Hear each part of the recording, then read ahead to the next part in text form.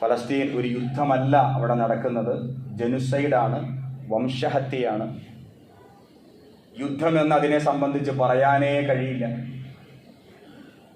വൻ ശക്തിയുള്ള ഒരു രാജ്യം, ലോകത്തെ ഏറ്റവും ടെക്നോളജിയുള്ള ആയുധ ശേഖരങ്ങളുള്ള ഒരു രാജ്യം,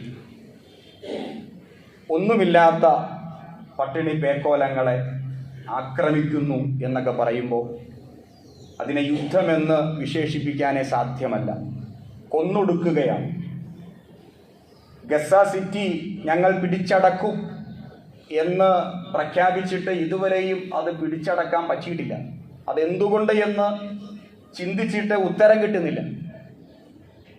അരമണിക്കൂർ കൊണ്ട് ഗസ സിറ്റി പിടിച്ചെടുക്കാൻ ശേഷിയുണ്ട് ഇസ്രായേൽ എന്ന രാഷ്ട്രത്തിന്.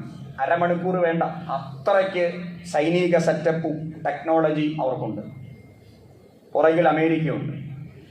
പക്ഷെ ഇന്നലെ പറഞ്ഞു, മിനിഞ്ഞാന്ന് പറഞ്ഞു, ഒരാഴ്ചയായി പറയുന്നു, ഇതുവരെയും ഈ കൂർഗ് ജില്ല അതിൻ്റെ അത്രയും പോലുമില്ലാത്ത ഗസ സിറ്റിയെ എന്തുകൊണ്ട് പൂർണ്ണമായിട്ട് പിടിച്ചടക്കി ഞങ്ങളുടെ കൊടി അവിടെ നാട്ടി എന്ന് അവർക്ക് പറയാൻ പറ്റുന്നില്ല.